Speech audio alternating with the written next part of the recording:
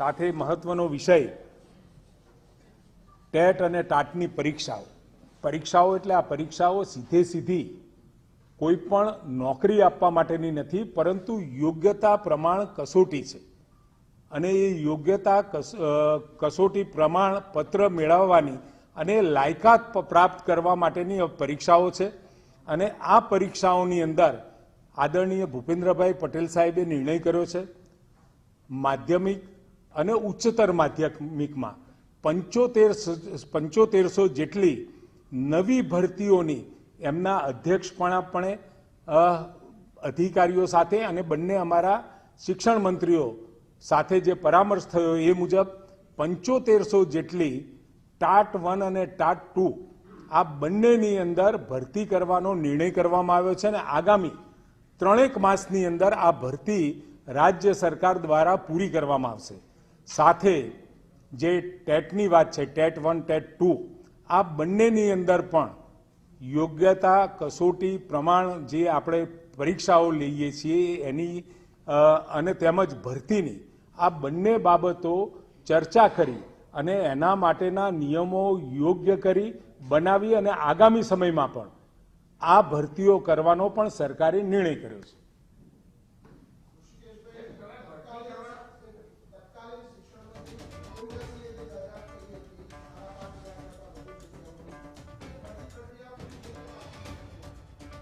અત્યારે જે નિર્ણય થયો છે એની જાણ આપ સૌને કરી રહ્યો છું।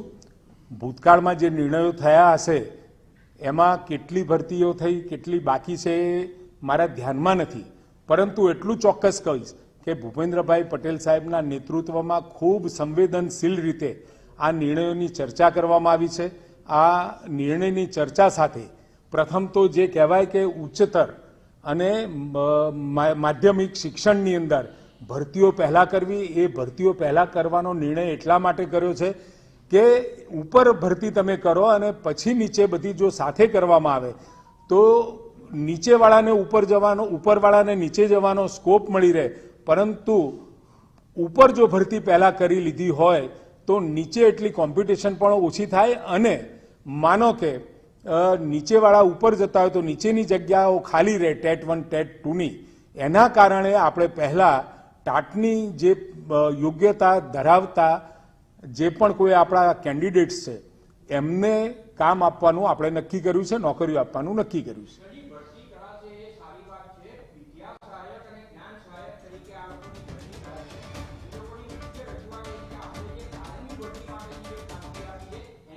આ જે ભરતી થઈ રહી છે એમાં જ્ઞાન સહાયકને પણ આમાં જે ભરતી છે ભરતીમાં ચોક્કસ એના મેરિટ પ્રમાણે એને પણ ચાન્સ મળવાનો છે। કાયમી ભરતી થાય છે એટલે અત્યારે જ જ્ઞાન સહાયકો ચાલુ છે, જો મેરિટમાં આવતા હોય તો એમની પણ એમાં ભરતી કરવામાં આવશે।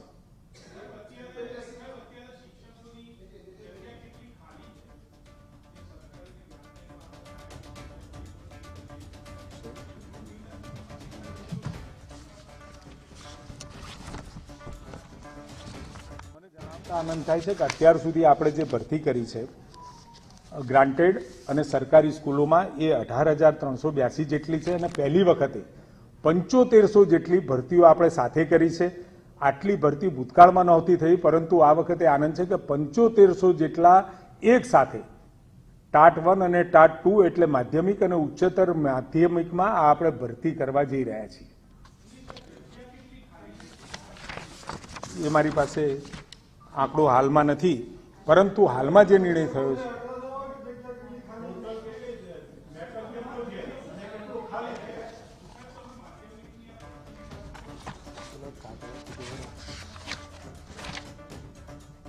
મેં કહ્યું ને કે ભરતી પ્રક્રિયાના જે નિયમો છે આખરી થયેથી અને સાથે જે યોગ્યતા પ્રમાણપત્ર આપણે જે આપીએ છીએ, જે પરીક્ષા દ્વારા યોગ્ય શિક્ષકોના જે મેરિટ ઓર્ડર અને ભરતીના નિયમો આખરી થયેથી આ ભરતી પણ કરવાનું સરકારે નક્કી કર્યું છે। મારી પાસે હાલ નથી આંકડા, તમારે જોઈતા હશે તો હું આપી દઈશ।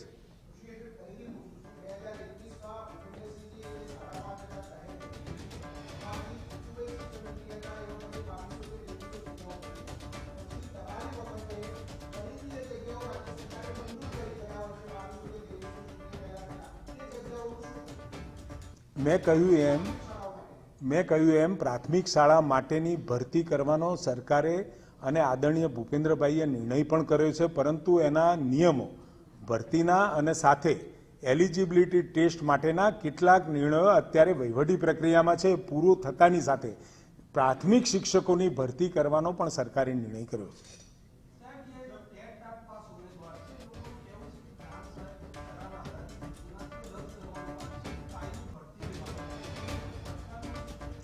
કાયમી જે ભરતી આપણે કરીએ છીએ એ દરમિયાન જે વેકન્ટ ખાલી જગ્યાઓ છે તો એ ખાલી જગ્યાઓમાં વિદ્યાર્થીઓનું શિક્ષણ ના બગડે અને આ લોકોને જે લોકો લાયક ઉમેદવાર છે, જેની પાસે એલિજિબિલિટી ટેસ્ટની અંદર પાસ થયા છે એવા લોકોને એ વ્યવસ્થાઓ મળી રહે અને બાળકોના શિક્ષણ માટેની એ આપણી વ્યવસ્થા છે.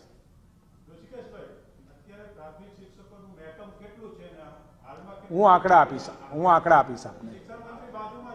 હું આંકડા આપીશ, હાલમાં નથી એ. હા, આપીશ, ચોક્કસ મળશે.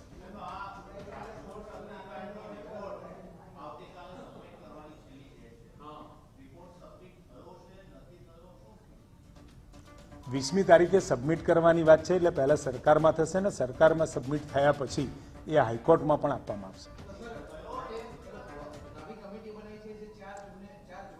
એ 30મી તારીખે રિપોર્ટ આપશે.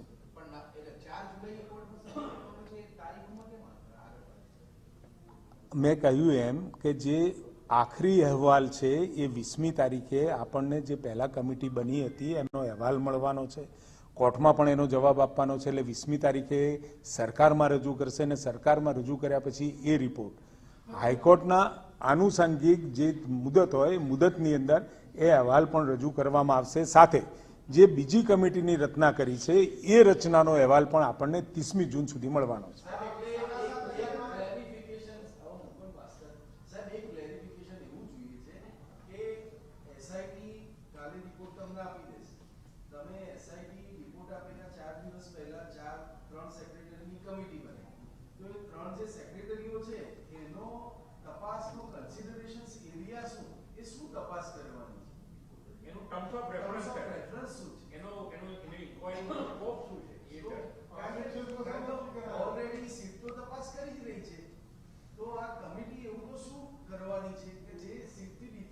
એ જે પહેલી કમિટી આપણી સીટની બનાવી એના એરિયામાં એને જે સ્કોપ આપ્યા છે એ સ્કોપની અંતર્ગત જે પણ કોઈ તપાસ થશે અને સાથે જે બીજી આપણી કમિટી તપાસ કરશે સ્કોપના એરિયામાં અમુક બાબતો જે બાકી હોય આપણને લાગે કે હજુ ફર્ધર તો એ નવી સમિતિને આપણે આપીશું કે ભાઈ આ બાબતનો પણ પ્રકાશ તમે જરા વધારે વિશાળ રીતે પૂરો પાડો, એ પણ આપણે કહીશું.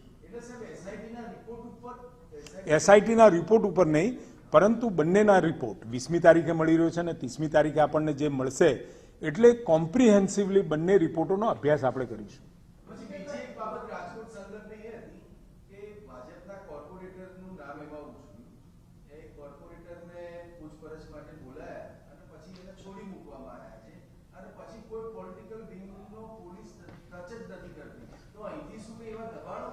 તપાસના એરિયામાં બધી જ બાબતો આવી જાય છે. એમાં મેં પહેલા પણ કહ્યું હતું, પદાધિકારી ઉચ્ચમાં ઉચ્ચ હોય કે ઉચ્ચમાં ઉચ્ચ અધિકારી કે જે પણ કોઈ આમાં કસૂરવાર ઠરશે તો આટલા બધા કરુણ બનાવમાં સરકાર ક્યાંય બાંધછોડ કરવાના મૂડમાં નથી અને સરકારે બાંધછોડ કરવાના મતમાં પણ નથી.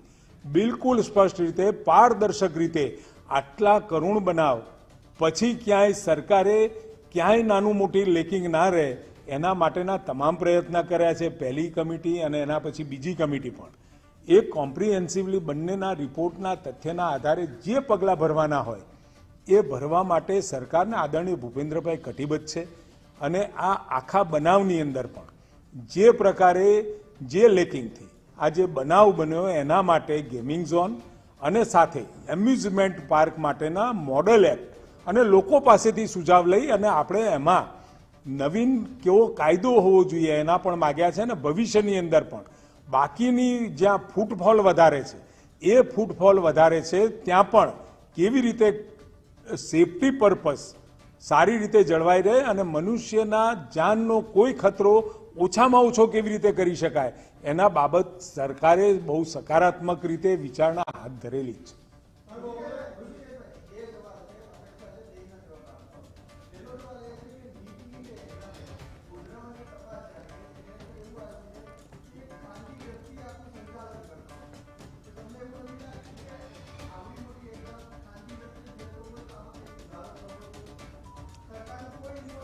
નીટની પરીક્ષા એ કેન્દ્ર સરકારની સ્વતંત્ર એજન્સી દ્વારા લેવામાં આવે છે, એટલે સ્વાભાવિક અહીંયા આપણને ક્યાંક ગોલમાલ લાગતા અથવા તો ક્યાંક આપણને ખોટું થવાની શંકા જતા આપણે એફઆઈઆર પણ કરી છે અને આ તમામ વિગતો આપણે નીટને આપેલી છે.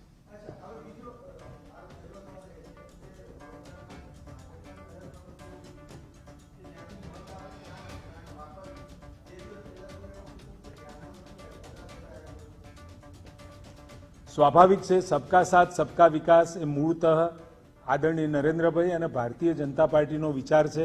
એટલે વ્યક્તિગત રીતે કોઈ ગમે તેવો ઉચ્ચ પદાધિકારી પણ આ રીતની વાત બોલે, સરકાર ક્યાંય આવી વાતની સાથે સંમત નથી અને 100% મત મળ્યા હોય કે ના મળ્યા હોય, આ સરકાર એ 7 કરોડ ગુજરાતની જનતાની સરકાર છે.